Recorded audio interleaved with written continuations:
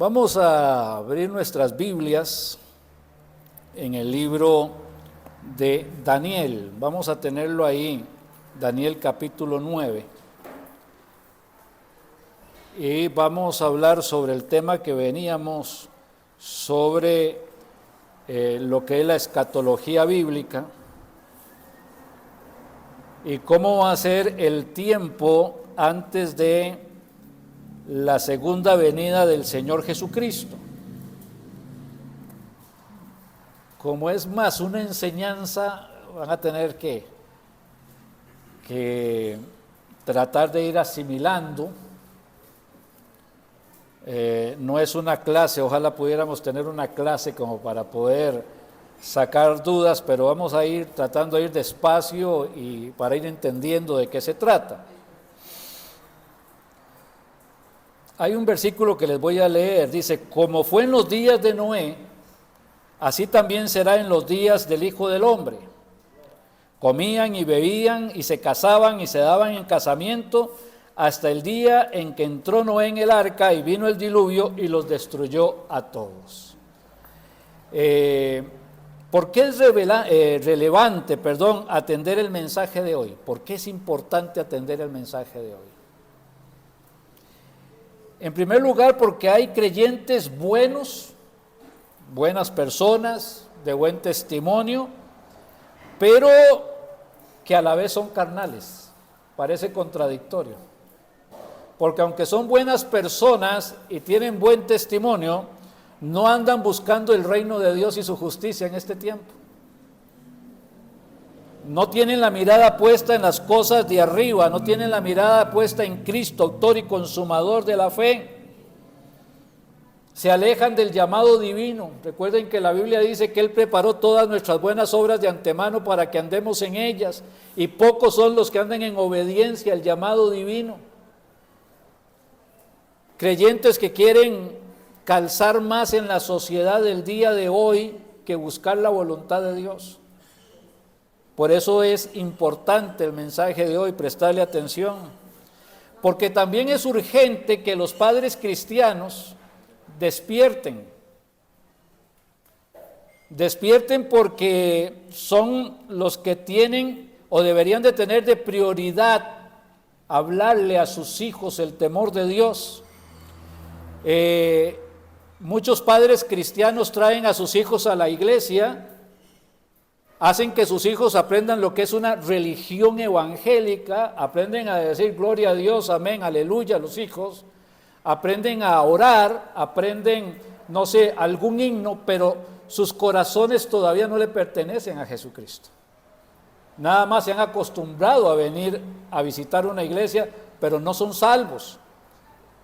Y creen que trayéndolos a la iglesia van a ser salvos. No lo podemos garantizar, porque el primer maestro que tienen siempre van a ser sus padres, y quienes les van a dar el testimonio de una vida cristiana tienen que ser sus padres. Si para el padre las cosas de Dios no es prioritario, no es lo más importante, los hijos, ¿qué es lo que van a aprender? Que las cosas de Dios no son importantes, ¿verdad? Dios abre sus brazos, pero la gente le da la espalda a Dios. Y estamos hablando de gente que se dice cristiana, o nominalmente se dicen creyentes. En tercer lugar, porque somos parte de una iglesia, los cristianos, de una comunidad, y cada creyente que es parte de la comunidad de la iglesia ha sido capacitado con un don espiritual para la edificación del cuerpo de Cristo, para la edificación de la iglesia. Y cuando un creyente se ausenta o aún estando presente no es activo en la edificación del cuerpo de Cristo, entonces también está fallando. Por eso es importante prestarle atención al mensaje del día de hoy, entre otras cosas, ¿verdad? La sociedad ha cambiado. Es una sociedad que tiene un comportamiento abominable delante del Señor. Es una sociedad que hoy a lo malo le llama bueno y a lo bueno le llama malo, literalmente. ¿Ok? Es una sociedad donde todo lo que Dios abomina ellos lo aplauden, ¿verdad? Matrimonios entre personas del mismo género es no solamente algo para aplaudir, sino que hay que respetar, aunque no se respete a Dios. Las mujeres que dicen, yo soy dueña de mi cuerpo, así que decido si voy a gestar o no una criatura, y optan por el aborto. Y de ahí podríamos hablar de muchos más detalles que, aunque parecen pequeños, no son menos importantes. Estamos como iglesia viviendo tiempos que la iglesia no había visto antes. Tiempos que se vieron en Sodoma y Gomorra. Tiempos que cayeron en un juicio divino en aquel momento. Nosotros como la iglesia lo estamos presenciando de manera descarada. Tratan de enseñar a nuestros hijos desde la escuela, desde los grados más inferiores, desde los primeros grados, sobre cuál debe ser su género y si quiere tener otro tipo de pensamiento, otro tipo de comportamiento. Vemos en la noticia que dice, este hombre se cambió de género y ahora se dice que es mujer, y aquella mujer se cambia y ahora dice que es hombre, y se casan entre ellos. Y usted dice, no lo entiendo. Pero la gente queda admirada. El problema es que hay muchos creyentes que hoy están de acuerdo con esto, porque dicen, es que yo no veo nada malo en estas cosas. La Biblia dice que no debemos de participar en pecado ajeno. No nos confundamos tampoco. No es que estoy diciendo que ninguna de estas personas son enemigas de la iglesia, porque Dios les ama. Cristo murió en la cruz del Calvario por ellos, y también por ellos necesitamos hablarles del Evangelio. Así que tenemos que ser abiertos a hablarles del Evangelio. Pero estamos viendo días terribles, complicados, que pasan delante de nosotros y la iglesia parece que no reacciona. Decía un pastor de apellido Tozer, si la iglesia de hoy fuera un veneno, no mataría a nadie. Y si fuera una medicina, no curaría a nadie. La iglesia está dormida. Y la iglesia necesita al menos entender su responsabilidad. Todo empieza, habíamos visto en algún momento, todo empieza en el cielo. Hay un problema con uno de los querubines que Dios había hecho, que dice la palabra de Dios ahí en el libro de Isaías 14 y Ezequiel 28, que quiso ser semejante a Dios y quiso poner su su trono cerca de las estrellas de Dios, y que quería gobernar como si fuera Dios, quería recibir adoración como si fuera Dios. Cuando Dios se da cuenta de la soberbia de este querubín, lo destituye del tercer cielo, lo echa del cielo. Dice el Señor Jesús, yo veía a Satanás caer como un rayo cuando fue echado del cielo por su comportamiento soberbio, ¿verdad? Llega al primer cielo y visita la creación, y ahí donde está la creación encuentra a Adán y a Eva, y se acerca donde Eva, y muy sutilmente le dice, con que Dios os ha dicho que no podéis comer de los árboles del huerto. Y Eva, tratando de ser abogada de Dios, que Dios no necesita un abogado, es algo que me costó aprender en la vida, pero espero haberlo aprendido bien. Le dice, no, de los árboles del huerto podemos comer, pero del árbol que está en el centro del huerto, dijo Dios, no le tocaréis, ni comeréis de él para que no muráis. Y el diablo le dice, no moriréis, sino que seréis como Dios. Y eso captó la mente y entró en el corazón de Eva. Seréis como Dios, sabiendo el bien y el mal. Y Eva comió y le dio a su marido. En ese momento, el gobierno que Dios le había dado, el virreinato, por decirlo de alguna forma, que Dios le había dado a Adán y Eva se lo entregan a Satanás. Por eso dice la Biblia que Satanás es el príncipe de este mundo, que es el Dios de este mundo. Por eso cuando vemos ahí en Mateo capítulo 4 sobre las tentaciones, Satanás le dice: todo esto te daré si postrado me adorares, porque a mí me fue entregado y a quien quiero lo doy.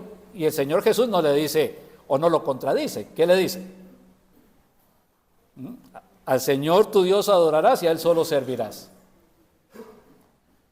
Pero el Señor sí, o sea, los reinos son del diablo. El que está sentado en medio de todas estas cosas es el diablo. ¿Por qué el mundo está en la situación en la que se encuentra? Porque el diablo es el que está gobernando todas estas cosas. Ahora, nosotros no somos de este mundo. Nosotros somos ciudadanos celestiales. En este mundo somos peregrinos, somos extranjeros, que tenemos la misión de compartir el evangelio, de ser luz, de iluminar cada día más fuerte, no para la gloria personal, sino para entrar en la más profunda tiniebla en la que se encuentra la sociedad de hoy. Pero si los cristianos no quieren brillar, entonces la sociedad se va a hundir más en la tiniebla. Esta idea de Satanás, este mensaje de que seréis como Dios, se metió dentro de la iglesia. Como dice la palabra de Dios, herejías destructoras que se metieron encubiertamente. Y entonces le dicen a la persona: es que usted puede, todo lo puede en Cristo que le fortalece, pero lo sacan del contexto. Porque en Cristo somos más que vencedores, pero lo sacan del contexto. Así que si usted se propone hacer algo, tiene la bendición de Dios y lo va a lograr. Nada más está en su mente. Quite las barreras que le impiden alcanzar lo que usted quiere ser en esta vida. Y la Biblia dice que el mundo pasa y sus deseos. El que hace la voluntad de Dios permanece para siempre. Y de un momento a otro se deja de predicar de Jesucristo y se le empieza a predicar al hombre, a exaltar al hombre, a glorificar al hombre. Y como es un mensaje que gusta, que sabe, que se disfruta, que llena, entonces todo el mundo lo quiere escuchar. Por eso dice la palabra de Dios que en los últimos tiempos muchos tendrán comezón de oír. Y que van a haber multitudes siguiendo este tipo de maestros.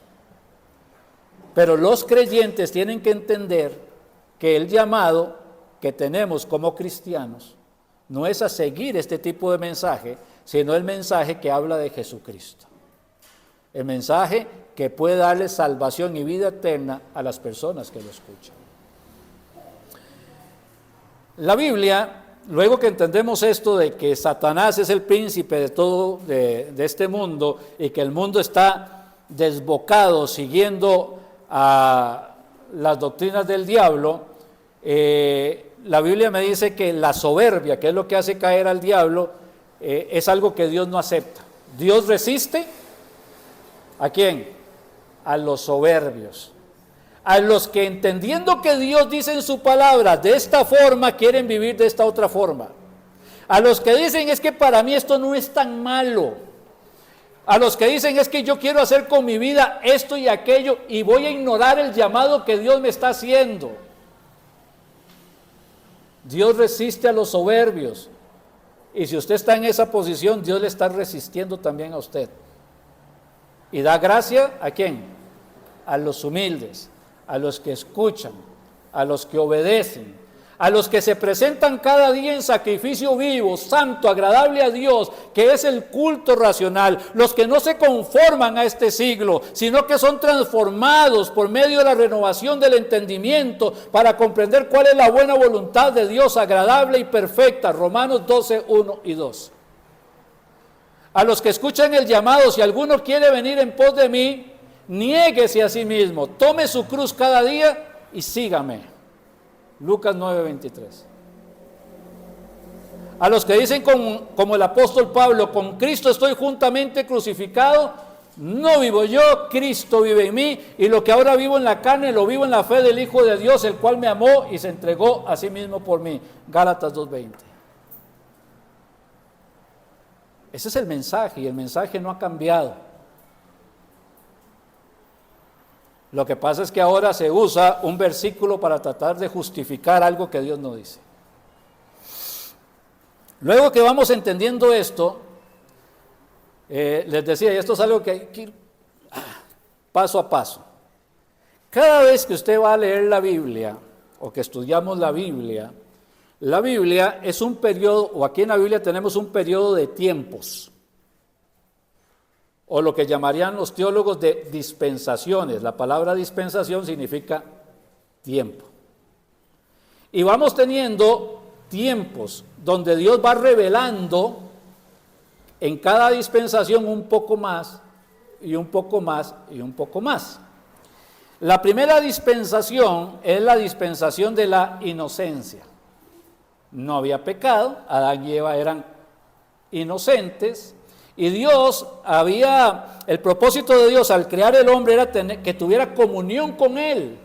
El hombre tener comunión con Dios y Dios tener comunión con el hombre y poder disfrutar de su presencia. Este era el propósito de la creación del hombre. Pero luego de que el hombre peca, ¿qué es lo que hace el hombre? Se esconde de Dios. ¿Dónde estás tú? Es que temí. Entonces la comunión, el propósito de que el hombre fuera hecho, ya no fue más.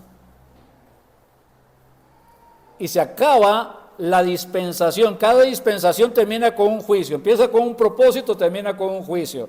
Y viene el juicio al terminar la primera dispensación. ¿Cuál fue? La maldición y la muerte. ¿Verdad? La muerte física, la muerte espiritual. Luego sabemos que en Cristo podemos reconciliarnos, ¿verdad? Pero tenemos ahí la muerte física, la muerte espiritual, los dolores que se le multiplican a la mujer, la tierra no dará su fuerza para el hombre, etc. Luego que termina la primera dispensación, que ahí lo podemos ver en el libro de Génesis capítulo 3, luego que termina la primera dispensación, empieza lo que se llama la dispensación de la conciencia. Y ahora el hombre entiende, es consciente, y Dios le va a dar la oportunidad al hombre que use su intelecto, su conciencia para hacer bien las cosas. El problema es que el hombre no hace bien las cosas, sino que el hombre se comporta peor. Y viene un juicio, el diluvio. Termina esa dispensación. Ya no hay hombre, solo queda Noé, sus 3 hijos, la esposa de Noé y las 3 esposas de los hijos. Vamos a empezar casi de cero. Ahora sí, vamos a iniciar de nuevo. Esto va a ser otra vez el paraíso.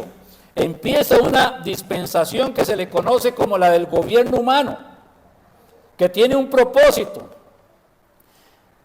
Dios le agrega leyes al hombre, algunas leyes para que cumpla, para que no se deprave, para que no haga lo que es desagradable delante del Señor. Pero el hombre desobedece. La desobediencia del hombre es permanente, la soberbia del hombre es constante.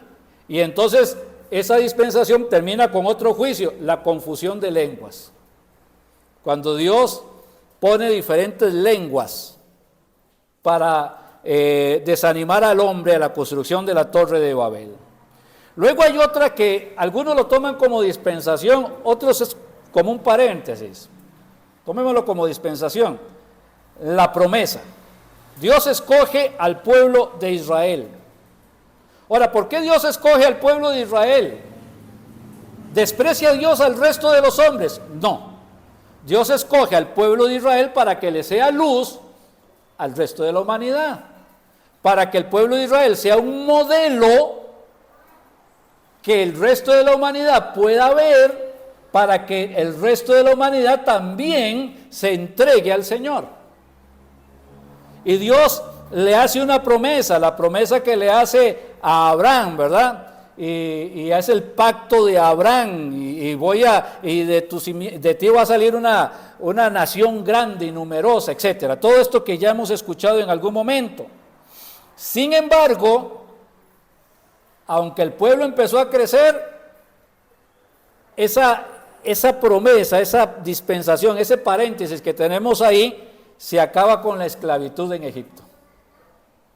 Y el pueblo de Israel entra a Egipto. ¿Y en Egipto qué aprenden? A darle testimonio a los egipcios. No, aprenden a ser tan adoradores de imágenes y de entrar en cosas desagradables a Dios como eran los egipcios. Solo que ellos están sufriendo y claman, y el Señor tiene misericordia y los saca de Egipto. Dios siempre tiene misericordia. Aunque las dispensaciones terminen con un juicio, Dios siempre tiene misericordia. Él es lento para la ira, grande en misericordia. Dios siempre tiene misericordia. Luego viene, saca al pueblo de Egipto y empieza una dispensación, la dispensación de la ley. Ahí tenemos los 10 mandamientos, 613 mandamientos que explican o se sustentan en los 10 mandamientos, para que el hombre no tenga por dónde fallar. Para que si los obedece sea absolutamente bendecido. Dios brinda la ley para poder bendecir al que la cumpla.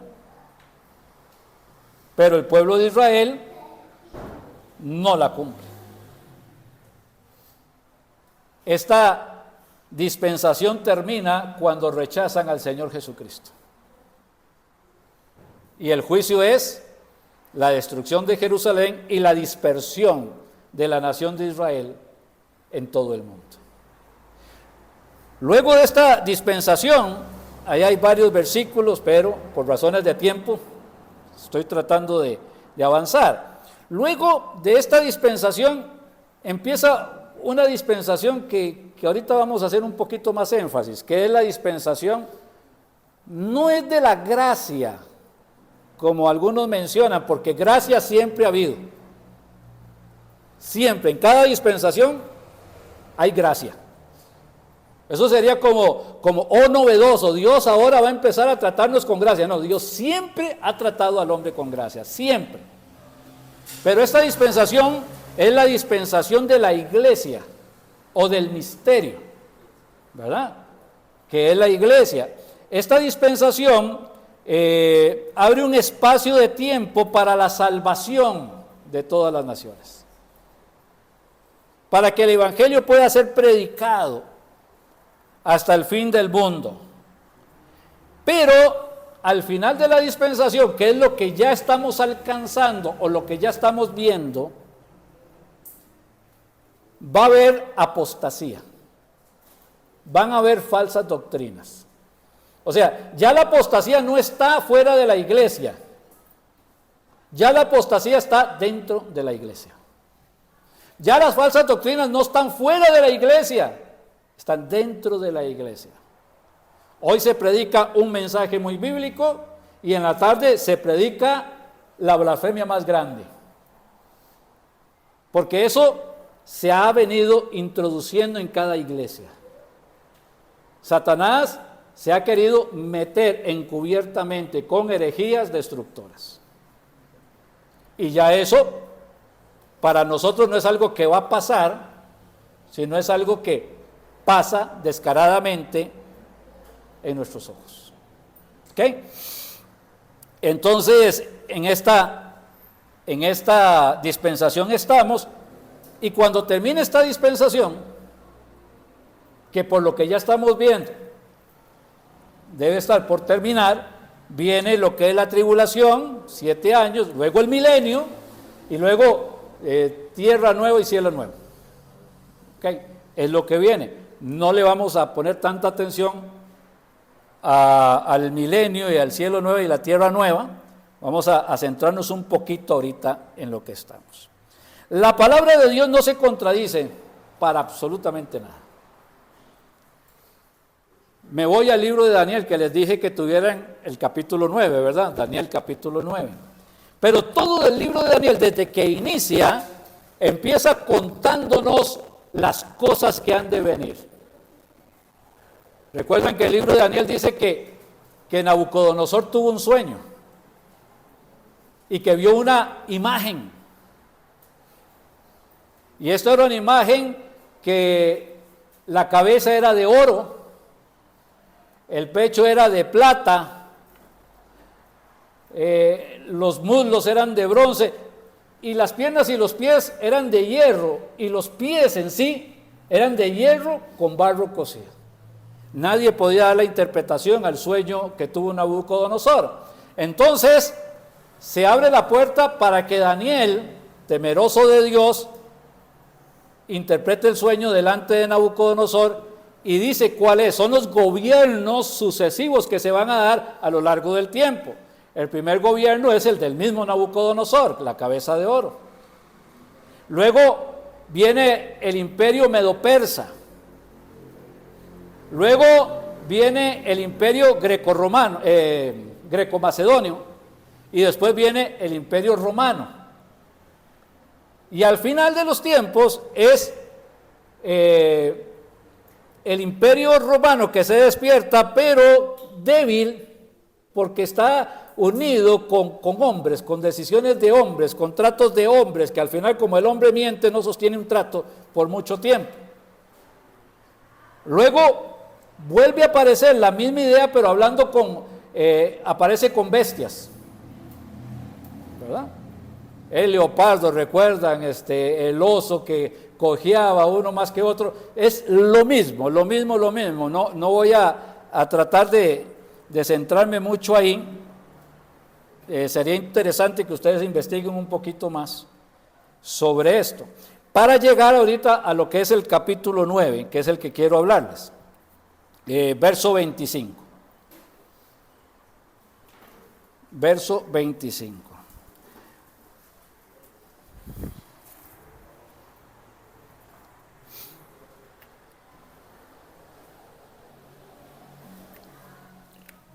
Dice la palabra del Señor.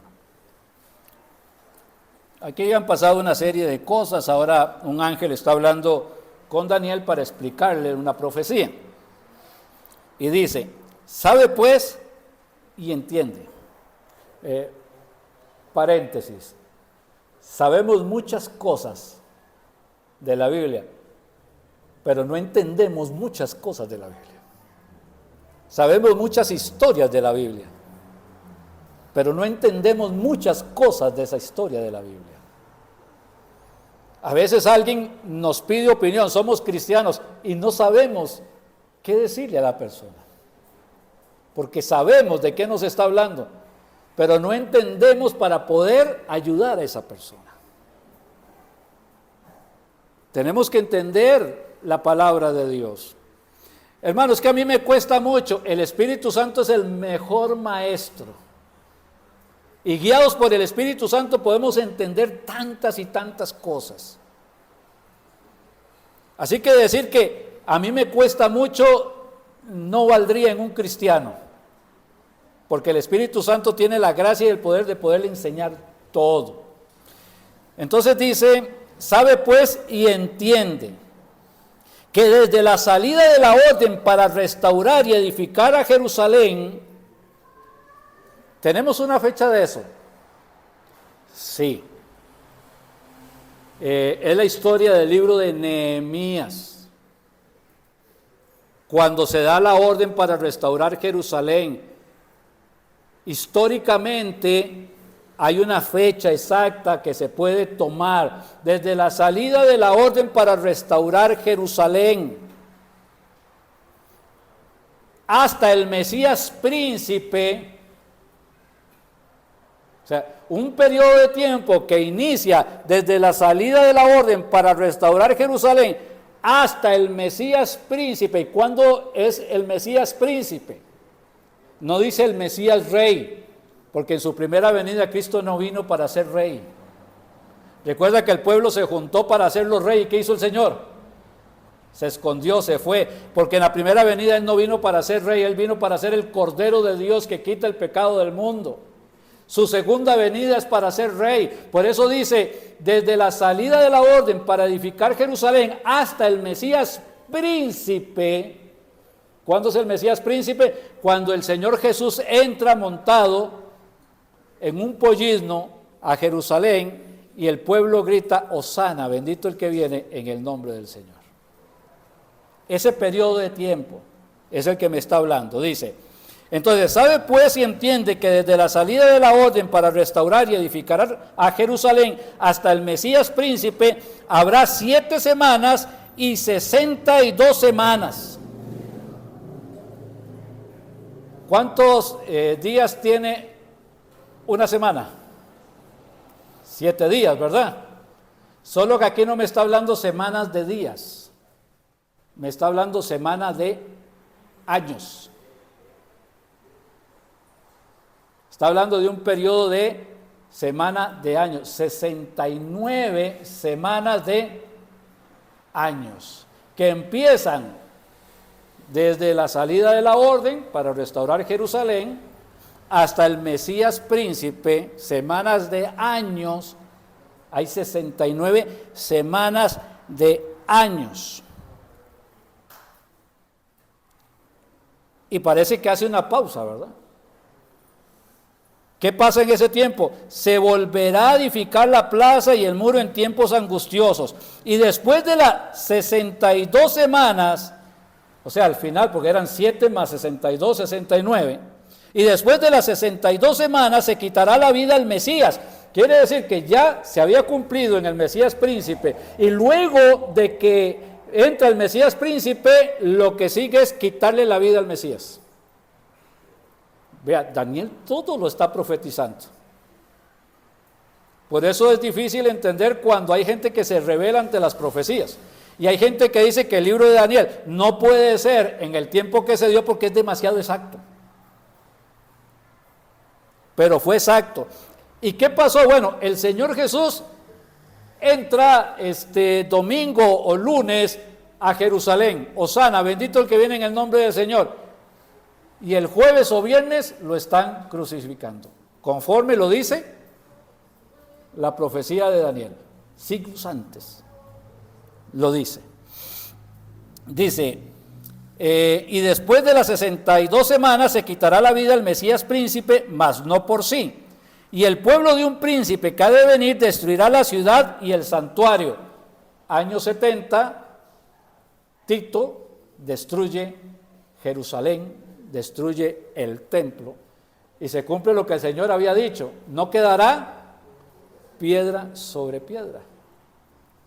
Mire, es que cuando la Biblia me está hablando, es que la palabra de Dios es escrita por hombres, y el papel aguanta lo que le pongan, no aguanta las profecías, y no puede aguantar el cumplimiento tan exacto de las cosas. Es que es exactísimo. Aquí no hay nada donde entre una duda. Después de la muerte del Señor va a venir la destrucción, no va a quedar piedra sobre piedra. Y no quedó no solamente piedra sobre piedra, sino que no quedaron judíos en Jerusalén, todos fueron sacados de Jerusalén. Y en 1948 se cumple la profecía del libro de Ezequiel 37, donde se vuelve a hacer una nación. O sea, ¿qué es actitud de profecía? ¿Cómo dice la gente que la Biblia es un libro hecho por hombres? Es que está lleno de profecías y que se cumplen de manera exacta. Los años proféticos en la Biblia son de 360 días, no de 365. Si usted suma los días exactos de las 69 semanas, desde la orden al día que el Señor Jesús entró montado en el pollino de Ana, se cumplen exactamente las 69 semanas, pero exactas. No le sobra nada. ¿Cómo puede ser algo tan exacto y decir que no viene de Dios? Hay algunos que dicen que aquí está la palabra de Dios, pero no que es la palabra de Dios. No, esto es la palabra de Dios. Desde Génesis 1:1 hasta Apocalipsis 22:21 es palabra de Dios. Y por eso debemos de prestarle mayor atención y orar para poder entender lo que el Señor nos va hablando, lo que el Señor nos va mostrando.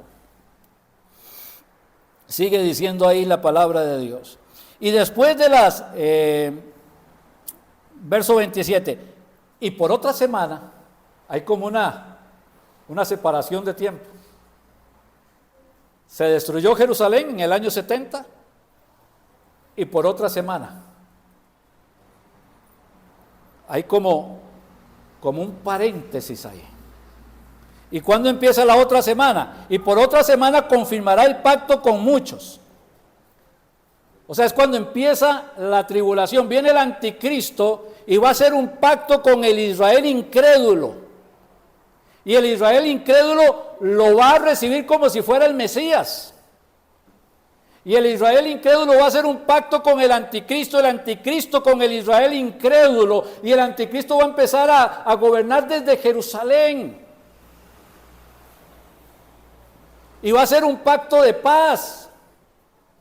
Y cuando eso empiece, cuando se dé ese pacto, empieza a correr la semana 70.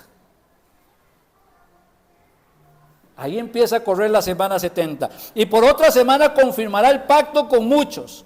A la mitad de la semana, a los 3 años y medio, hará cesar el sacrificio de la ofrenda. Y ahora, el anticristo, en lugar de hacer el pacto de paz con Israel, empieza ¿a qué? A atacar, a destruir. Todo esto es lo que vamos teniendo. ¿Cuándo va a empezar esto? Bueno, tiene que terminar esta dispensación. Hoy no me puedo extender mucho más, porque ya lo que sigue vamos a hablar de los sellos, y las trompetas y las copas, etcétera, estos detalles que aparecen en el libro de Apocalipsis, y que si me pongo a adelantar un poquito ahorita quedaríamos ahí, no entendiéndolo bien. Pero, cuando termine esta dispensación, ¿cuál es el fin de esta dispensación? Bueno, que van a haber apóstatas y gente enseñando falsa doctrina. A veces trato de comprender a los cristianos que se pasan de una iglesia a otra. Si es porque Dios le está guiando, yo digo amén. Si Dios lo está llamando para que vaya a otra congregación, yo le digo amén, vaya. Porque a Dios, ¿quién se le puede resistir? Cuando Dios me trajo acá para ser pastor, entendí que Dios me trajo acá. Después, en alguna oportunidad, escuché de pasarme a otra congregación. Pero es que Dios me trajo acá. Pero es que aquel lugar tiene esto y tiene aquella otra cosa y se puede hacer mejor ministerio, pero es que Dios me trajo acá.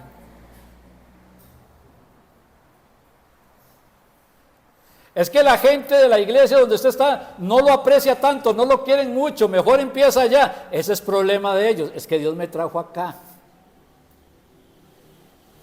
Yo no puedo tomar decisiones.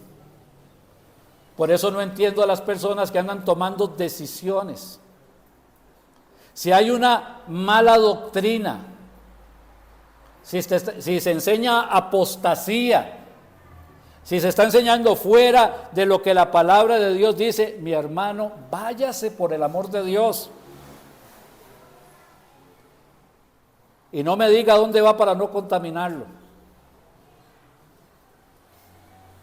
Tenemos que aprender a ser serios, tener un cristianismo serio, un cristianismo constante, un lugar donde desarrollar nuestra vida cristiana, donde poner nuestros dones a trabajar para la edificación del cuerpo de Cristo, donde poder ser vigilantes y muy vigilantes. Y que cuando algo no se está diciendo bien, cuando algo se está enseñando mal, inmediatamente ser policías ahí dentro de la iglesia y decir eso no está bien.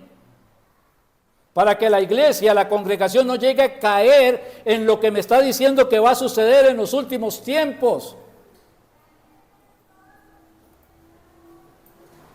Vamos a ir al libro de Segunda de Pedro. Segundo libro de Pedro.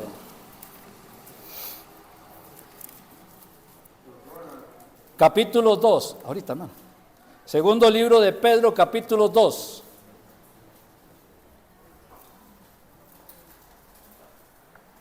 final de la dispensación.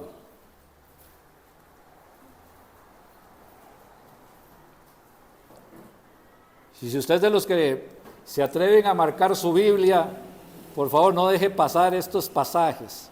Dice la palabra de Dios: pero hubo también falsos profetas entre el pueblo, eso siempre ha ocurrido, como habrá entre vosotros, ¿qué?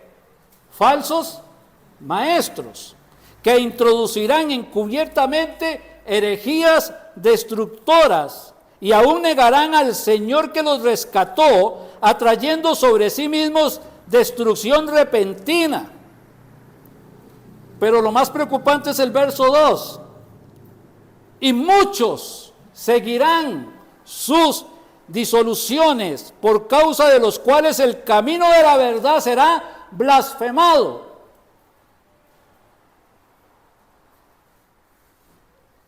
Y por avaricia, por amor al dinero, harán mercadería de vosotros con palabras fingidas. Venga, haga un pacto con Dios, es el tiempo de pactar.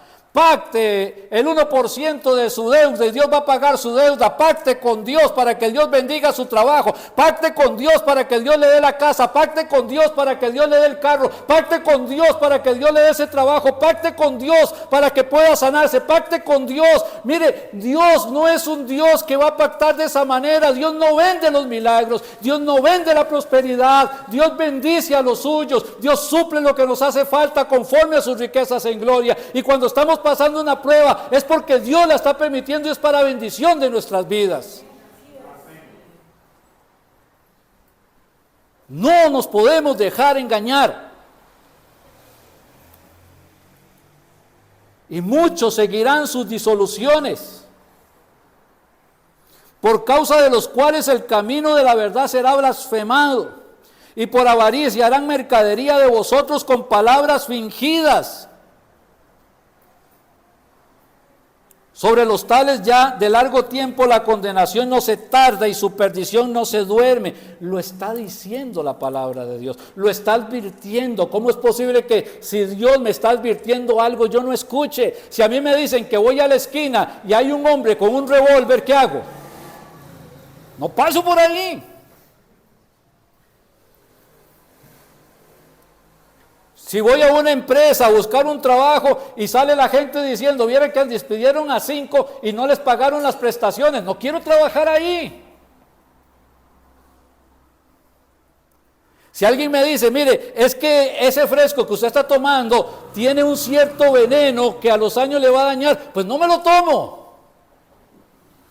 Dios no advierte por advertir. Advierte para que no tropecemos, para que no caigamos. Segunda de Timoteo, capítulo 3. Vimos que Pedro lo dijo, ahora vamos a ver que Pablo también lo dice. Llenos del Espíritu Santo.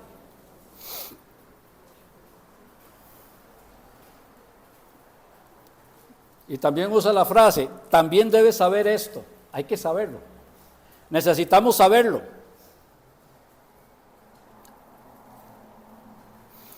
También debes saber esto, que en los postreros días vendrán tiempos, ¿cómo los llama? Peligrosos. Porque habrá hombres amadores de sí mismos, que me duele a veces, vamos así, me duele. La Biblia dice que el primer mandamiento es amar a Dios con toda el alma, con toda la mente y con todas las fuerzas, ¿sí? El segundo mandamiento, ¿cuál es? Amar al prójimo. ¿Cuál es el tercer mandamiento? No hay. ¿Por qué hay tanto divorcio? Porque la persona no aprendió a amar a su cónyuge. Se ama a sí mismo y piensa que el cónyuge es alguien que le sirve. Y terminan divorciándose. No se puede amar a Dios amándose a uno mismo primero. Y escucho a veces pastores diciendo que para poder amar a los demás tenemos que aprender a amarnos a nosotros mismos. No me lo enseña la Biblia. El Señor Jesús nos amó tanto que se entregó a sí mismo para morir en la cruz del Calvario.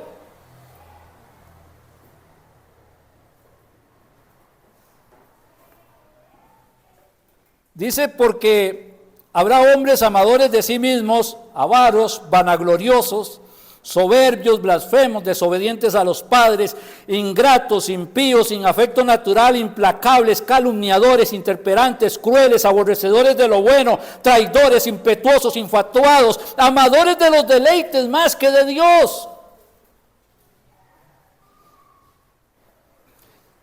¿Por qué los cristianos no están consagrados al Señor? Porque somos amadores de los deleites más que de Dios. ¿Por qué cambiamos un culto para irnos de paseo? Porque somos amadores de los deleites más que de Dios. ¿Por qué no tenemos tiempo para ir a predicar el Evangelio, pero sí podemos reunirnos a tomarnos un café con los amigos? Porque somos amadores de los deleites más que de Dios.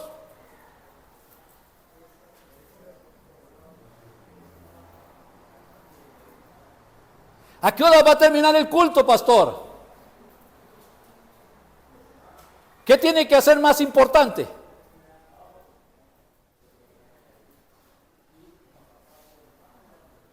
Porque somos amadores de los deleites más que de Dios. Dice, que tendrán apariencia de piedad, pero negarán la eficacia de ello. A estos evita. Estamos en el fin de la dispensación. No sé cuánto durará el fin, Dios es Dios. Pero estamos en el fin de la dispensación.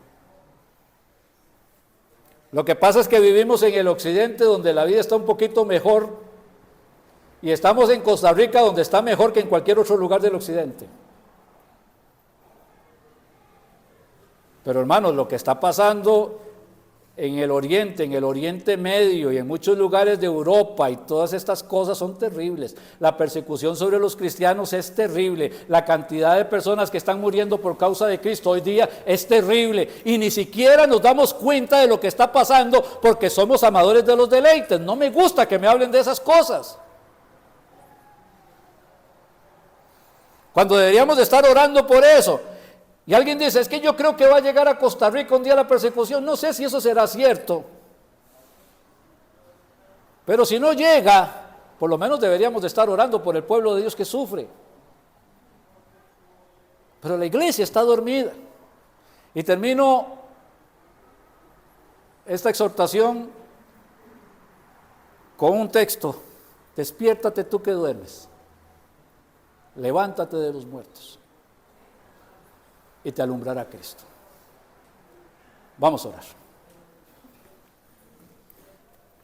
Padre amado, en el nombre de Cristo te damos gracias por darnos esta oportunidad de congregarnos en tu nombre, de poder escuchar tu palabra, de ser exhortados con ella. Pero hoy necesitamos entender, no solo saber, necesitamos entender. Necesitamos que nos dé la sabiduría que viene de lo alto para poder comprender cuál es tu buena voluntad agradable y perfecta. En el nombre de Cristo, que es sobre todo nombre, Padre bendito, Dios de gloria, Señor todopoderoso, ayúdanos, Señor, a quitar la mirada de las cosas del mundo, porque el mundo pasa y sus deseos. Para ponerla, Señor, en Jesucristo, autor y consumador de la fe. Para poner nuestra mirada en las cosas de arriba, no en las de la tierra. Para entender, Padre, que somos peregrinos y estamos en esta tierra, Dios, para predicar el Evangelio, para hacer luz, para no ser tímidos en cuanto, Señor, a dar el mensaje. Porque hay muchos que están en tinieblas, Señor. Ayuda a que la iglesia despierte, a que esta congregación se despierte. Para la honra y la gloria tuya. Te lo pido en Cristo Jesús, Padre eterno. Amén y amén.